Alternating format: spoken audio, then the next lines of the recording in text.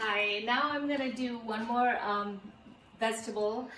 It's a vegetarian dish and carrot. Braised carrot with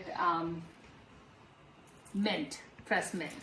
So I did 4 of the fresh carrot, of course wash and peel and cut it diagonal like that. And then a cup of water.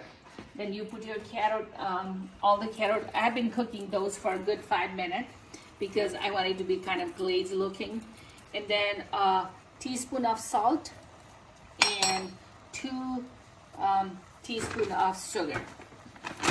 And I did 1 and another teaspoon. That's it.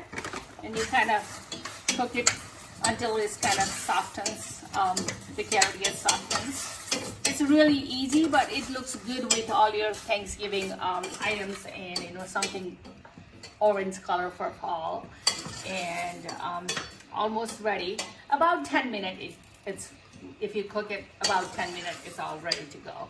And then you just put your I still have fresh mint in my garden, so you just put a tablespoon of finely chopped fresh mint. It's pretty colorful. And just before you serve, you can put some more if you like. There you go. Fresh carrots with fresh mint. Thank you for watching my video. Namaste. Happy Thanksgiving to your family from my family.